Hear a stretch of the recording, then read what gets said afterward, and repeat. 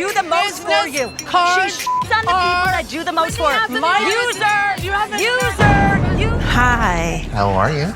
I am so... Do I shake your hand? I think the use of space within this episode is fantastic. Like, it really reminded me of like Sidney Lumet's 12 Angry Men and how like the performers are stuck within this confined space, but they make such good use of it, and they carry the story from one person to the next so fluidly here. I thought it was fantastic. Yeah, and you know why Sidney Lumet was so good at doing that stuff is because he grinded it out on TV for a long time before he started making movies. Yes, so he was used to like working one set to milk as much as you can out of one single set. So I think that's a great like pickup, and that those kind of techniques have their origins in TV, even if they've been filtered through cinema in the meantime. Yeah. So I'm telling you, please don't say stuff about people's kids. Please don't say stuff that's too far. Same. I feel the same. I don't want to be a boundary. I don't want to go low with you. And I've even told you that. You do go low with him. You go low. Angie, do you read what you write? Did you hear what Bronwyn just said?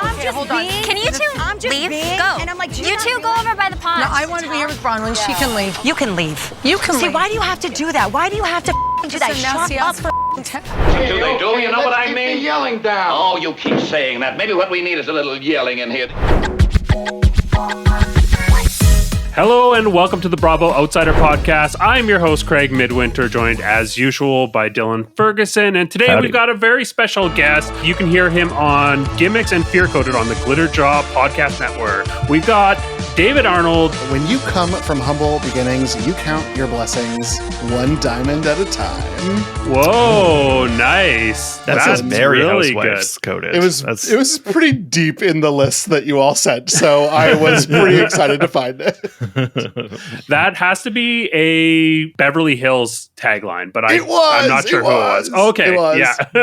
It was Sarah. I was very happy about it. Awesome. Well, we are talking about Real Housewives of Salt Lake City today, and this is a fascinating episode because I feel like it's got like a pretty abnormal structure compared to what we typically see here. Mm-hmm. And it's just a coincidence that we've got David Arnold, who hosts a show about abnormal structures within TV. So very excited to have you on for this episode, and glad it really worked out. Great. The stars aligned. This was incredible. This was like a Real Housewives bottle episode. I was in heaven for this one. Yeah, so awesome. Self-contained. It's great. You rarely see that these days. I love it. Do you want to give our audience just a quick summary of what happened on this episode from your perspective? I nailed this last time I was on, so the pressure feels pretty high. Florals for spring, groundbreaking. Whitney invites the housewives to a garden party to start fresh, but the perennial conflict between Lisa and Angie has deep roots that may take the bloom off the rose. Pollinating alongside this tangled mess of vines are the budding growths for every housewife as they weed their conflicts from their identities as women, as partners, as mothers, and as friends. Hold on, I'm picking up on some imagery here. Hold on. Very awesome. Dylan, take some notes. That's how it's done. I had a lot of fun. I had so much fun with that because the conceit of the episode is this garden party, and there's some like dress associated with it, but it's a kind of a cloudy day. It's not really giving spring, so you sort of have to shove spring into it, and that was what I was here for. Maybe Meredith actually nailed it then, because she had a floral dress that was cloud colored instead of actually colorful. Meredith's bizarre dress. I love it so much. Well, do you have one word that like you would use to describe this episode? My one word to describe this episode would be cards. Yeah, the tarot cards was a fascinating device. I think when we get into the structure of this and how it's presented, I want to dive in on this mechanism because I think that is super unique. But what about this mechanism stood out to you? Well, in particular, I loved the narrative symbolism between Terrence's tarot card readings and Angie's credit card. This is proof that I am who I have earned to be. Oh, yeah. I didn't even even pick up on that. That is great. Yeah. And both types of cards actually are quite meaningless. Like professional psychics, Terrence would tell you that the card has no inherent value. It's the reading of it. It's the conversation that comes from it. And just like Angie's credit cards, there is no value into them except the value that we all bring and ascribe to them. And so I thought that it was like this beautiful moment of narrative symbolism between her throwing these cards on the table and him pretty violently slapping down these tarots to do these readings. Oh, I love the physicality of how you describe that, because there is like violence in that. And for an episode where we have everyone mostly seated around a table and like very, very static with some like standout exception, having that like kinetic movement is just something that really grabs you. And, you know, we see that originally when like the flowers like fall over, but the cards is another great example of that. Space was the word that I was going to use, because I think the use of space within this episode is fantastic. Like it really reminded me of like Sidney Lumet's 12 Angry Men, and how like the performers are like stuck within this confined space, but they make such good use of it, and they carry the story from one person to the next so fluidly here. I thought it was fantastic. Yeah. And you know why Sidney Lumet was so good at doing that stuff is because he grinded it out on TV for a long time before he started making movies. Yes, so he was used to like working one set to milk as much as you can out of one single set. So I think that's a great like pickup on that those kind of techniques have their origins in TV, even if they've been filtered through cinema in the meantime. Yeah, I could have gone with some like really, really weird camera placement. That would have taken this up to an 11 and gone really Lumet. Like, I'm going to put the camera in the fucking ceiling. Like that's just classic work. I don't know that reality television can ever do like super, super fun camera angles like that, but everything else there was totally on point. It did feel despite being in this epic vineyard, it felt very claustrophobic as an episode. Mm-hmm. Yeah, especially with like certain shots. Like one of my favorite shots is when Lisa's initially confronted with these allegations by Meredith, and we are shooting Lisa, and she is like she's so clouded by the foreground. We've got shoulders and hair and flowers in front of her, and it's like we're looking through a hole at her. I just thought it was amazing. We see on television in general, but on reality TV, they're so used to shooting for coverage, and the fact that they're able to use those constraints in order to give us like really interesting visual storytelling is something that I love to see on reality TV. And this episode, I feel like, is a masterclass in that. Dylan, do you have a word that stands out to you in terms of describing this episode? I would have gone with something like self-contained, like which I already used to describe it. Like I just love the way that it is all one scene that almost never happens, with the exception of a tiny little prologue where Whitney just kind of introduces the concept to give it a framing. We don't even have an epilogue or anything. That is just all in one space, in one event. The moving between indoors and outdoors, but they're close enough that you actually like see the people moving between them. There's actually like moments of depth of field where you have like people in the foreground doing one argument while people in the background have another argument. That's also a staging technique that's used heavily in 12 Angry Men. Sound design does a really good job of kind of bleeding through, leading us through one moment to the next to really kind of underscore the idea that they are all in one shared space. So it's such like a closed ecosystem, such a self-contained episode. That's what I really love about it. Yeah.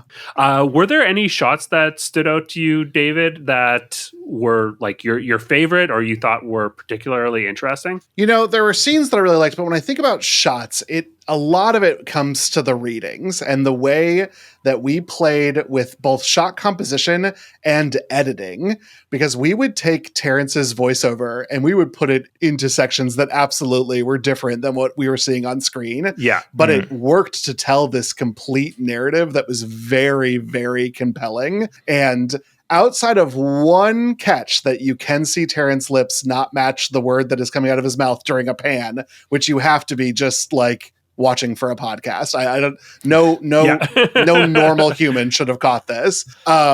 It is flawlessly done. And I love, to your point, the idea of using coverage to catch both Lisa and Angie, and to a slightly lesser extent, Mary's departures, while our poor little Whitney is having her reading, in order to layer over this other voiceover that we've got from Terrence to deliver like, someone in your life isn't the friend that you think they are, as you watch like Lisa walk away. It's incredible. Yeah.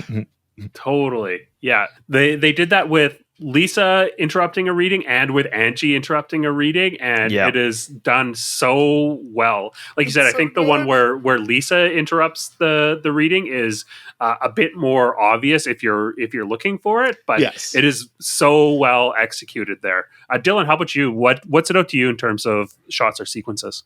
Yeah, I was definitely going to highlight that same thing, the way that like somebody that you assume is being alluded to by the tarot reading is just enters the actual frame. It's like, oops, sorry, just going to go in and get my props. That is really great.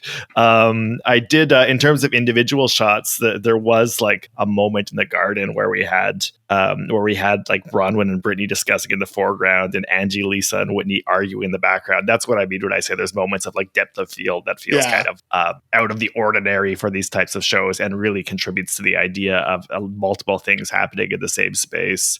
And just a little shout out to the peacocks too. Just the peacocks screaming constantly, the way that, again, great sound design. They continuously include those little peacock screams.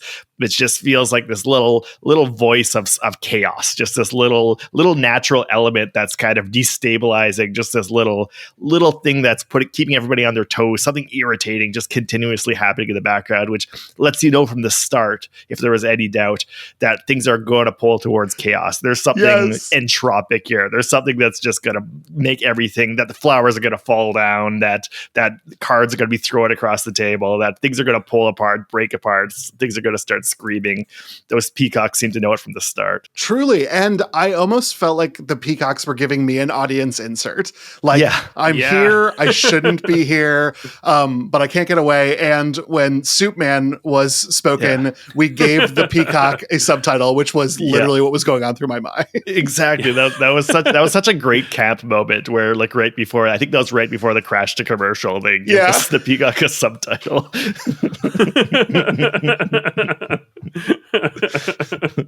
The sound effects team on this was on fire again as well, because every time like Jared came up, or we got like a peacock flying moment, we got it punctuated with these like cartoony sound effects. And I love how they're leaning into this idea of, Jared being this kind of cartoon folly for Brittany, and she's just like wandering through this as kind of an aimless side character. I just really enjoy the treatment here in terms of like the shots that I personally gravitated to. You guys talked about the tarot reading and how that all flowed. One thing that I really enjoyed was the sequence that we got after Bronwyn is leaving her reading, how she comes in and she kind of pulls the narrative away from this like heated crescendo in this fight between Angie and Lisa. And there's a struggle that takes place both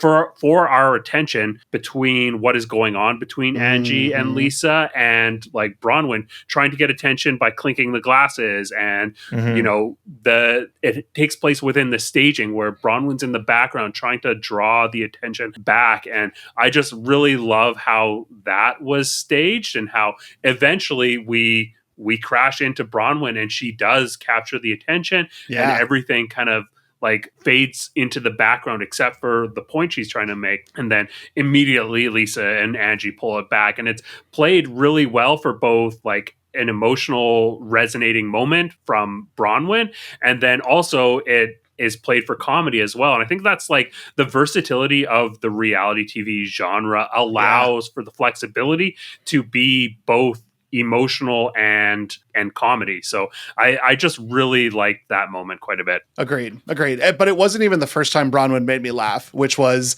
to me like the most perfect reaction shot that I think I've ever seen in reality television, which is Lisa saying, "I could be a farmer," and then smash cut to Bronwyn being like, doing the classic Bronwyn head tilt. Yeah. Well, now that I know that's a classic thing of Bronwyn, that actually compels me to watch this series. If I'm being truly honest, Dylan, because Bronwyn's head tilt was amazing to me. There was an episode earlier where Lisa was like calling her out on it. They were arguing, and Lisa's like, "Oh, what are you gonna do? Tilt your head at me?" Yes. I love that so much. Bronwyn is like great at like conveying her feelings through her body language. I think one of the things in the stinger that we get at the end of this that's teasing the next episode, where we see a conversation between Todd and Bronwyn, it seems like it's at the same diner that we got them in earlier this season. Just her body language of being like so small and closed off when she's talking to her husband is like just one of the things that I think makes her such a compelling character on TV. Yeah. Mm-hmm. Every time she was on screen, I was paying attention to her. That's what I will say. Bronwyn captured my heart and I think most importantly, my attention. Yeah. And as fans of the award season, I know that she's really into that. She's got a blog where she analyzes like the fashion on the red carpets fun. for like Venice Film Fest and Sundance. So we love our awards queen, Bronwyn. I mean, I haven't been calling her LeBronwyn this season for nothing. She's been the goat this year. Yes. Were there any themes that stood out to you that we haven't talked about yet, David? I think what's fascinating is that it was easy for me at a first glance to think about class as playing a big role. Because this, last time I came on to talk with you all, I didn't actually do a Housewives. We visited some other properties, and this is my first time with a Real Housewives show, and I expected there to be a lot of conversations about class, but I found class in this episode to be a red herring, whether it was the conversations about like which neighborhood is the best, or here's my credit cards. I think that the real culprit of conflict here was about in-groups and out-groups, and how sometimes it feels like the easiest way to make a friend is to make an enemy, but then that isn't sustainable long-term. And I loved sort of playing with this felt very particularly designed for me, playing with my expectations that this was going to be about wealth and business and stuff like that. But it really, really wasn't. It was about who I am as a person and who I am as a person with these people. Mm-hmm. Oh, that's great. I love that. Dylan, how about you? Yeah, I think that's a great point. And I really feel like there's something about entropy in here being like a natural force. Like there's so many people want to project an image of being in control. And that's what a lot of the discussions boil down to, is being like, I'm in control of my own life. I have my own credit cards. I have my own businesses. And they want to behave as though that they are puppet masters manipulating every drama and in control of everything. And everybody spins out of control. And there's just something about being out in this like garden space with those goddamn screaming peacocks that feels like there's this natural force reminding everybody that they're not in control, that they are vulnerable, that they can easily be set off and just kind of start shouting and going out of control and losing control of the narrative and just being dependent on their circumstances and their surroundings and everything. Yeah, that's a great pickup. And that kind of plays into what I picked up in terms of the storytelling devices that are used here. And one thing that we don't actually talk about a lot on our podcast, we talk about a lot of the storytelling devices that are used by the production team and editors, but we don't often dive into the devices that are being used and the techniques that are being used by some of the performers, like the characters. And I think that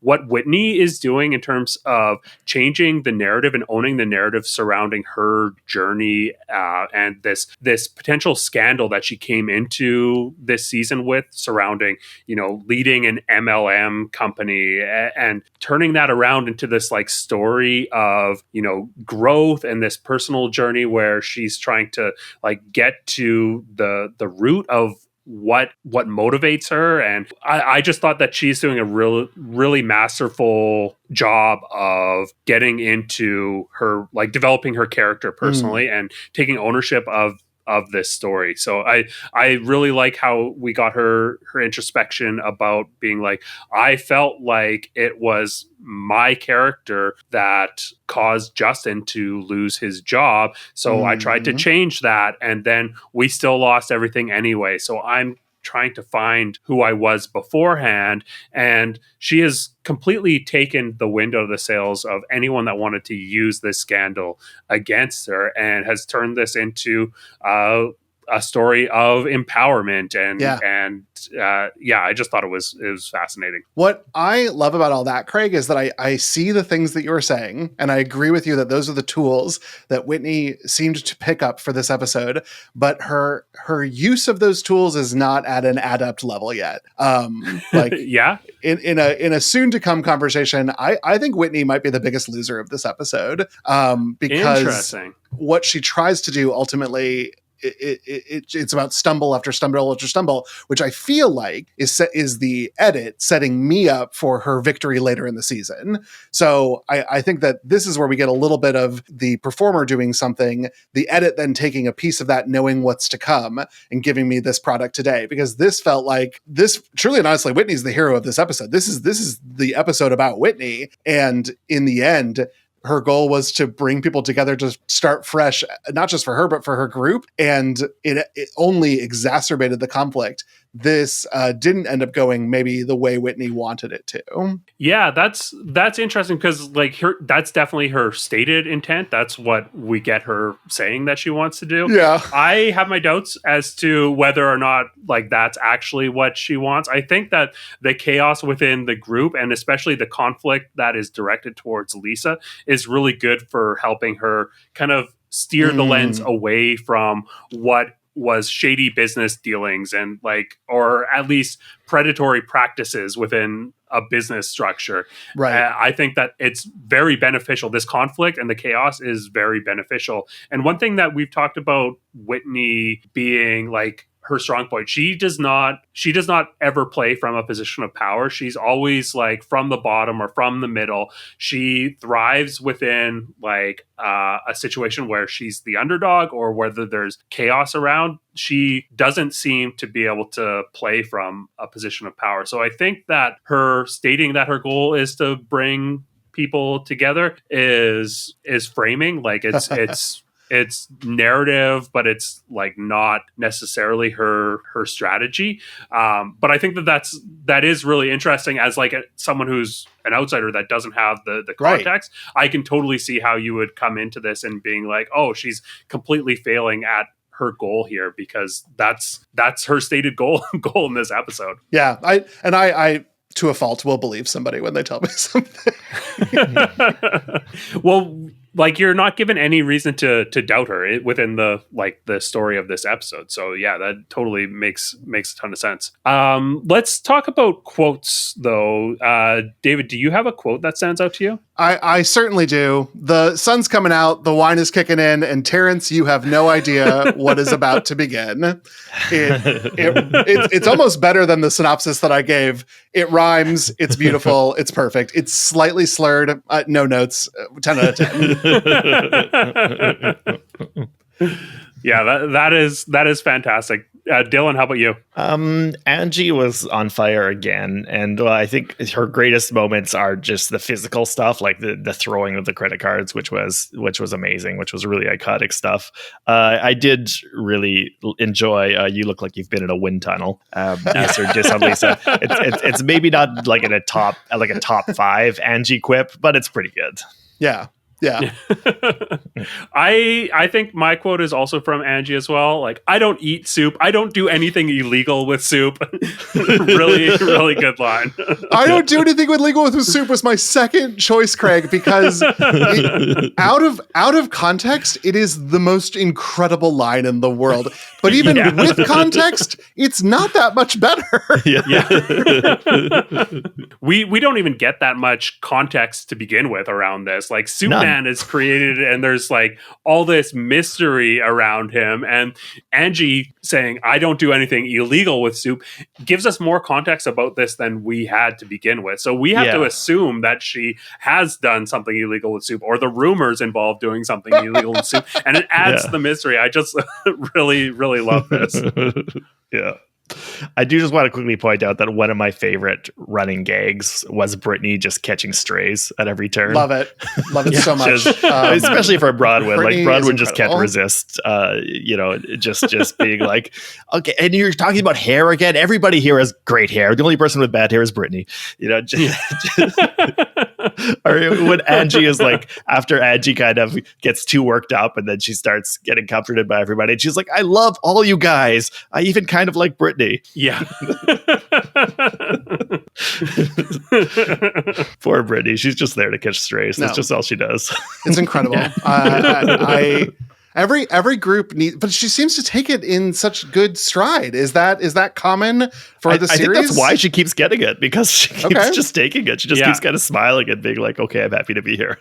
But like that's a role in friend groups, and like instead of being like bitter and hateful about it, being playful about it, which she truly seems to be, kind of an incredible choice. Yeah, she's starting to get her legs in other areas and being a little bit more well-rounded within the strategy. We're actually seeing her attempt to do things a little bit more this season, like when she immediately looks up Angie's property and is like using that as a source of potential conflict here. I like that we're seeing her kind of grow, because if we had just got a repeat of last season where it was just like this goofy, no one cares about Brittany, the Jared storyline is boring, they could lean into that and milk that longer, and it is still providing a lot to her character this season. But I think that seeing the growth, I've got a lot of hope for Brittany. I think like she is really, she's evolving to be someone that I am looking forward to see continue to be a great punching bag. No, I was going to say she almost really does something this episode. I was like cheering for her when she starts going after Angie and being like, this is my area of expertise. I'm in real estate. I'm going to look up your property. I'm going to immediately try to find things to get you up. And I'm like, yes, do something, Brittany. Go for it. Go on the attack. Yeah. Actually do something.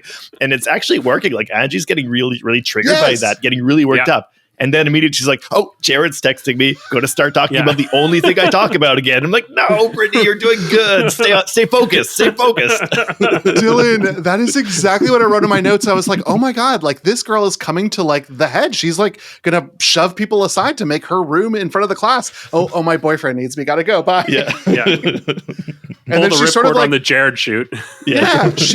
She gets like lost, unfortunately, because I even feel like there might have been cooler stuff in her reading, because her episode ultimately ended up being about Jared, which also is about her daughter. Then the reading, what we got was more about her daughter, which is fine. It's still compelling. I still was rooting for Brittany, but I just thought like there was something a little yummier if you just turned off your notifications. Yeah. Okay, let's talk strategy here. David, you got into a little bit about who your biggest loser is this episode. Do you want to talk about who maybe gained in your mind? Yeah, I've got a few folks actually. I think first and foremost, dress notwithstanding, but Meredith is really establishing herself as like a conductor. She's a shit stirrer in the right way. She asks a question to create an opportunity for conflict to Angie. She is kind of the ringleader that gets all of this going. And at one point of time, in an effort to like actually regain things, she gets more control over the conversation than poor little Whitney is able to, which is kind of incredible that Meredith ends up being a little bit of the conflict solver at the end, which is kind of what Whitney told us she was going to do, and Whitney tried to do a couple times but didn't. Meredith's position continues to be really interesting, because since the start of the season, we've kind of been waiting to see her get activated. And we saw at the end of the previous episode, Angie really made a bid to activate her by sharing the story about like, back in the day, Lisa was trying to encourage me to dig up stuff on you. And this was the episode where we're going to see the fallout of that. And Meredith still kind of resists being activated even despite that. And in a way that's kind of making her more powerful because everybody's kind of treating her with this sort of kind of apprehension. And like when she really gets going, which way is she going to bend? Like who's going to be in her firing line? Yeah. But again, heinous dress, Meredith. Just heinous outfit choice. I recently cleaned out my fridge because I'm really terrible at like forgetting things in my fridge. And there was like a tub of sour cream in the back that I'd forgotten for a very long time. It looked exactly like that dress she's wearing. No. Yes. Oh, that's what it was. That I loved when Mary was like, it looks like viruses. And I was like, Mary, get it, girl. Get it. But I mean, I've also got to give it up to Lisa and Angie. I mean, they stole the show by being the dominant forces of conversation. I think Angie maybe had the bigger climb in the episode because she seems to be playing a long game. Lisa, she brought the box, I think, as part of it. Like she had an axe to grind and she brought the whetstone and the axe with her. And so Lisa may know Ben Affleck, but when it comes to receipts, Angie is the accountant. Yeah, Lisa may be working with Kerastase, but I think Angie's been working with Carrot Top because she continues to be the prop queen. Yes. Always counted her for a good prop. Yeah, I agree. Like this episode was all about shifting the conflict that Lisa is in from the conflict that she had with Bronwyn to being between her and Angie. And this was like, it felt like just round one. The fact that Lisa leaves before there's any sort of resolution and every out that is given to them, whether it is by Meredith or whether it is by Whitney trying to dissolve things, or if it's from Bronwyn trying to tamper things down. They don't want to take it. This is just round one, and they are going back to their corners in order to, get the spray, whatever boxers do. I don't follow boxing, but whatever they do in their corners.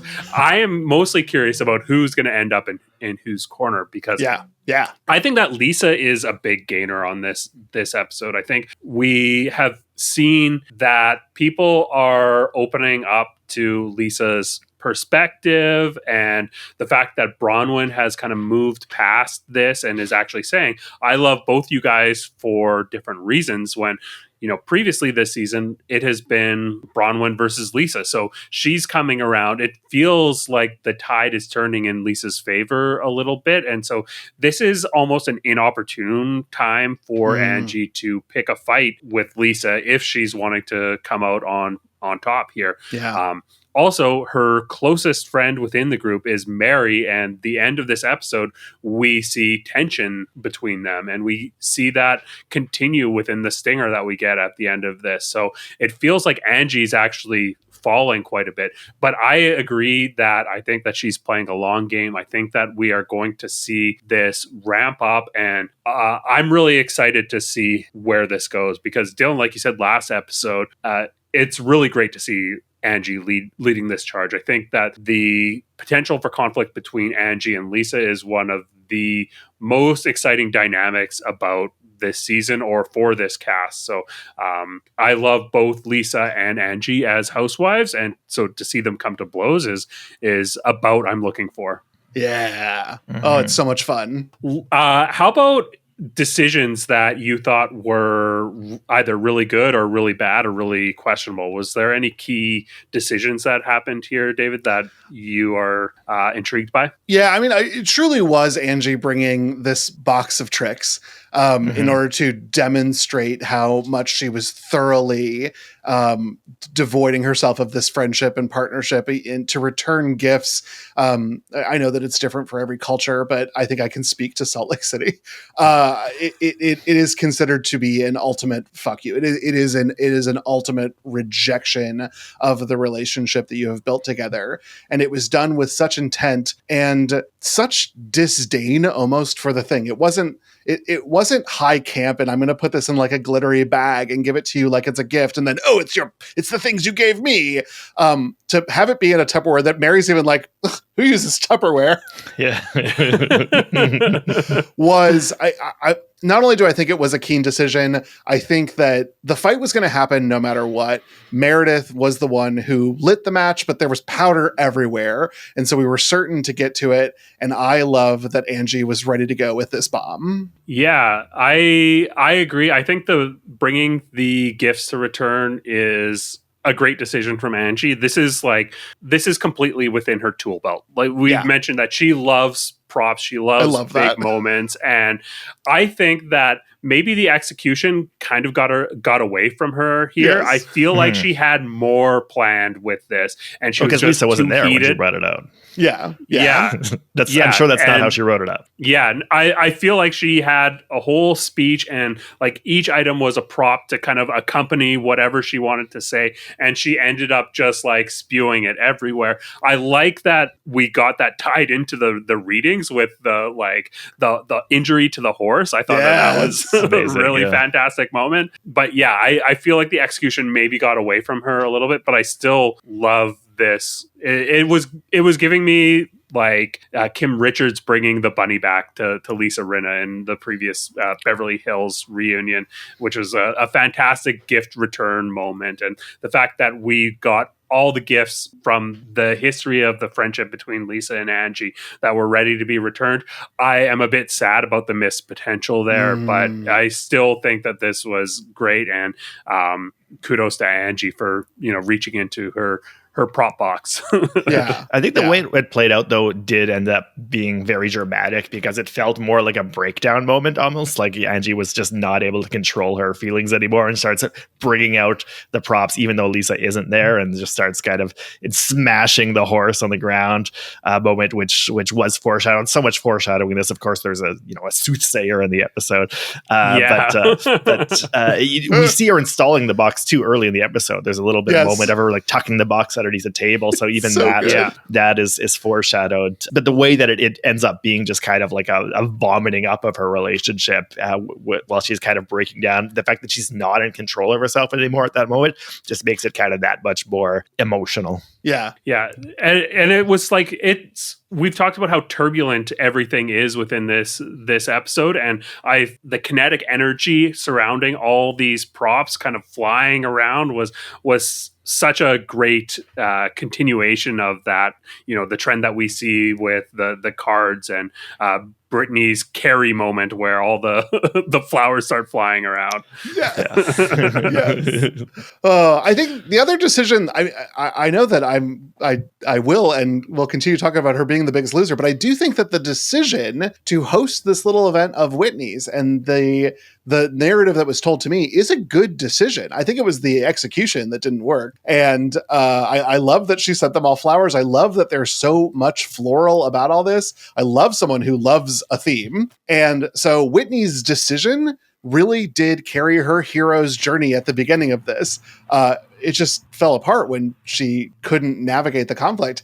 And it's interesting that Whitney introduces herself to me as, I used to be a bad girl, and then I turned into a good girl, and it wasn't worth it, so I'm going to be a bad girl again. And yet, when the conflict happens, she's like, no, don't fight. I'm good girl Whitney. And it seems like she's struggling with even making that transition. And so she defaulted to a safer version of herself rather than being like a badass in this moment, which would have been so cool to see. Totally. That is such a great pickup. Dylan, how about you? Were there any strategic decisions that stood out to you? I'll just say that I do think that Whitney's framing works for her generally, and just in the overall narrative arc sense that you already said, Craig, that people are not talking about the fact that her business might have been like a rug pull scam. Like the fact that the conversation has completely moved off from that is already a win for her. And the fact that that's something that Lisa would attack her for, that she's instead maneuvered it so that Angie and Bronwyn are the ones going after Lisa instead, so that Lisa is not attacking Whitney, she's attacking Angie instead, is like already just a win for Whitney. Her framing is kind of awkward and funny, and her singing is terrible, but it works in the sense that she's getting the results she wants, in the sense that she's getting people attacking Lisa without her being in the line of fire, and she's managed to control this narrative about herself without anybody necessarily really challenging it yet, right? Like nobody's really kind of pushing back on the fact that she's trying to frame her journey at this point as being like, oh, I had a business that failed, but I'm showing my strength by returning to my roots and being the person I used to be. And nobody's really like challenging that as like just a way that she's misdirecting the narrative away from other conversations that would be more uncomfortable for her. So I think just because of that, it's a strategy that's working for her as like her big moment to actually plan a trip. I think the fact that she's not at the center of it, but that her narrative is going unchallenged is already kind of a win for her. Yeah. Well, and totally, and this is fascinating stuff from both of you because, of course, I didn't have all this background, so she pulled the wool over my eyes too. Because like running an MLM is a little bit of an irredeemable thing for David here. Yeah. Like I'm not totally. I would not celebrate. I would not celebrate you singing if you had done that. And yet I did find Whitney charming, and there is a diabolical ability to be the one who is pulling strings but look like a loser. And if that's what Whitney's really doing here, then I miscalculated our girl, because I was truly like, oh, she's just a loser. But if she's a loser who's actually controlling everything and she avoids the strays because nobody's looking at her, that's some peak gameplay. And like, fuck yeah, girl. That's great. Yeah, I think like one of the things that is so miraculous about this is the fact that she should be Lisa's out for the conflict. Like there are so many parallels between the scandal that surrounds Lisa and, you know, the scandal that surrounds Whitney. And so she should be the easy out. And it's not like they've got this like deep seated friendship that they need to preserve, that Lisa would even be throwing a lot under the bus in order to use Whitney as a deflection. And like, if you think about how last season of Salt Lake City ended, it ended on a fight between Lisa and Whitney, and, you know, Whitney going really low and like bringing out rumors about Lisa's husband and like threesomes or orgies or whatever it was that was going on. And so they don't have this like precious thing that Lisa would need to throw under the bus in order to deflect from what is going on here. So the fact that Whitney's able to sidestep this, and we even have Lisa's introduction in this episode is being like, oh, I'm coming here just because I want to support Whitney. She should be looking at Whitney as being a target to deflect to. And she's not even thinking about that. She's seeing her as a potential ally even, which is really, really fascinating. Yeah, it really is. I mean, because even if this was my friend group and I was Brittany, I'd have been like, "Oh, my hair's the ugliest." Well, I didn't run an MLM. Like, truly and honestly, I would not keep this in my pocket for anything. It's funny that you bring up Brittany, because she did in episode 1 try to like put the target on Whitney. And I think the fact that Brittany was the first person to try to put the target on Whitney for this actually worked in Whitney's favor, because Brittany doesn't have anyone behind her to rally behind this cause.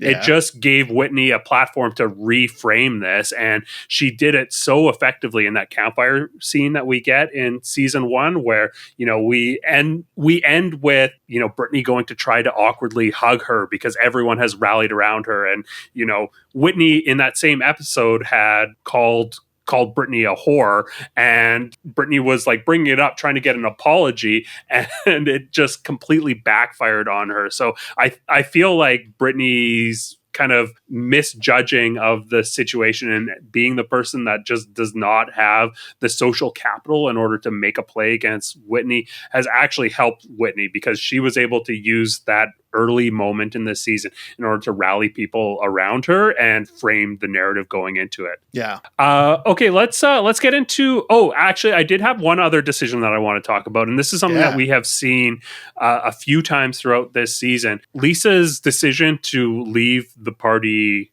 early. I want to get your guys' take on whether you think this is a good move or what that that means. David, how do you think it played out? I mean, I think Lisa identified that retreat was the only option that was left to her that was strategically valuable. Staying there was no longer going to serve her interests, and it only seemed like Angie was gaining more momentum the longer that Lisa was there. And so Lisa to leave took away the fuel for Angie's fire, and I think that was smart. And so I say, good choice, Lisa, to leave. Whether production or actual life, the path of leaving going through the reading added an extra layer of dramatic gravitas to that.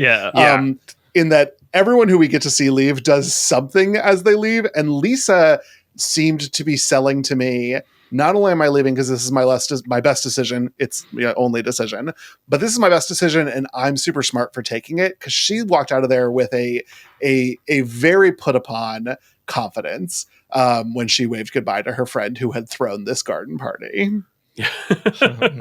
Totally. Dylan, how about you? Yeah, I think it's the right call there. Even if she didn't know that Angie had a prop package prepared for her, she avoided that, right? She walked out of Angie scoring more points. She avoided getting like too worked up and shouty, which is what she did at the earlier confrontation when she had her dismissed lunch, where she got like really worked up and started screaming in faces and stuff, which is not a great look. So she kind of left before it got too extreme.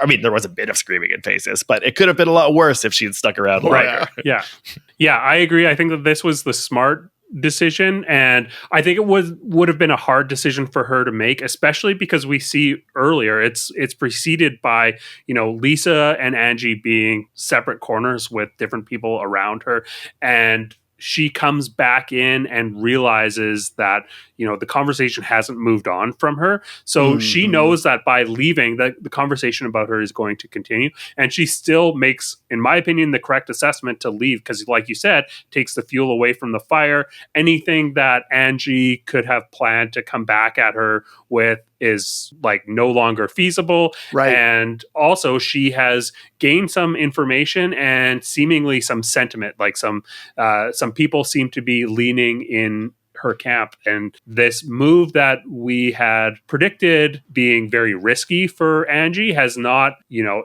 really paid off a lot for Angie. So I think that this was a really smart decision here. Yeah. Okay, let's get into the highlights. Are there any other highlights that you have, David, that we haven't talked about yet? There was one, and I truly didn't know where to bring it up, but when everybody goes in for their reading, it is such a Cliff Notes guide of who they are, because whether or not they introduce themselves to Terrence, how they sit at the beginning of the reading, how they sit mid-reading, tells me so much about them. When Lisa comes in, she doesn't introduce herself. She leans back. As the reading goes on, she puts on her sunglasses to hide herself. Yeah. She is constantly fidgeting with her bag. Listen, I was a therapist. Therapists aren't psychics, but we're closer than probably each of us would like to admit. And Terrence is picking up on that, and that's when he's guiding and feeding these people. He is a great reader of body language, which requires us as viewers to also be great readers of body language. Angie, meanwhile, and maybe this is why I picked her as a slightly better winner, because her reading was so different. She comes in, introduces herself, she sits straight. I am here, teacher. I am ready to learn. She does make it all about herself, but fine, whatever. And then, for Angie, I got to give a little credit that she goes wildly Oedipus on her fate, where she's like, a horse break its leg, I'll never do that. And then she immediately breaks a horse's leg. But everyone else, they all have their unique little things. But generally, the more they leaned forward, the more I was into their reading. And the more I resonated with them when they came back to the conflict, which was really, really incredible. Love the body language and all of that. Also, let's mention Heather. Let's mention Heather going in and being like, "Do we shake hands?" That's also a moment that tells you a lot about Heather, who's like all into like me. I want to network. Yeah. Wasn't Heather the one who said, "I've never seen a Black American Express before"? Yeah. Oh, Heather, I love you. I want to adopt my first you. time seeing a black card. That's what she takes away from it. That's a great call on this being kind of like a Cliff Cliff Notes introduction about who each character is. And one thing that I loved about the communication of the body language and the energy of these readings was there was a moment on Lisa's reading, like you said, where she ends up putting her sunglasses on so that she doesn't get seen like having tears running down her face or whatever. And the camera, whoever is covering this, the cameraman kind of like shifts and zooms back in to kind of like reset up. And we get a real close up on her face in that moment. And it just feels like we're also shifting with the anxious energy in the room. I just really love that moment. That's a great pickup on the body language in that scene. Yeah. Really great confessional cut with that too. I've just got to say, like, I think that you all celebrate it, which is why I love y'all's podcast, but the art of correctly editing a reality television show to put the right confessional things into the right sequences, this was like A+ work for this episode. And I thought particularly for Lisa struggling with her emotions and then us giving a confessional shot there where she's like, I don't want to cry right now. So good. Totally. Dylan, how about you? Do you have any highlights that we haven't covered yet? We've pretty much covered it all, but I just want to quickly point out that it gets lost in everything else. But Mary's little story when they show up and she's like, oh, this is a place where there's a murder-suicide. It's just such a Mary moment. You can just always count on her to throw in something weird. And I just love the detail where she's like, and the dog found him and the dog was like not normal after. Yeah, never the same again. Never the same. Never the same. Just like a great weird Mary moment, but also contributes to this like rich foreshadowing idea that there's like something naturally entropic and about this space that's going to like destabilize everything. Totally. And this is my introduction to Mary, of course. And Mary has like met this dog. She feeds this dog every day. She works at the shelter. Like she knows so much about this dog that I was sort of beholden to Mary. I believed everything she was saying, even though I'm sure it was like all apocryphal, truly and honestly. Yeah. Okay, let's get into our stars. David, who are your 3 stars from this episode? All right, you offered me 3. I'm taking all 3 of them. My first star goes to Bronwyn. Between her Florence Pugh Midsummer dress into a butterfly dress, to her reaction of Lisa claiming that she could be a farmer. She's perfect. I love her. She delivers probably my favorite Britney stray, which is I never thought I'd be so happy to see Britney in my life. Oh yeah. Such a great time. I loved Bronwyn, and you mentioned the teaser. I didn't remember if we talked about it or not, but I became very invested in Bronwyn's moment in the teaser. It was just very compelling to me. Yeah, I'm excited to see what happens between her and Todd next week as well, because that is a relationship that we have been tracking as being very troubled since she first emerged on our screens. Yeah. Who are your 2 and 3 stars? Okay. So this one, it's pumpkin spiced. This is a spring episode, and yet my second star goes to Mary for making it a Halloween episode as well. Yeah. She brought the vibes here because she did these lore drops about the horrors of this vineyard. She was the one adding all the drama about the flowers knocking over. There were a couple of housewives who just didn't notice or care that the flowers fell on the ground, but Mary was gay gasping, and I was here for it. And she was also the one when they bring up the soothsayer is like immediately goes to like that's Satan can speak through them. Our Bible calls them soothsayers. She names the soothsayer, rejects the things he says. When Angie comes back and is like, oh no, my horse is going to be hurt. She's like, that's not going to happen. That doesn't have to happen just because this person said so.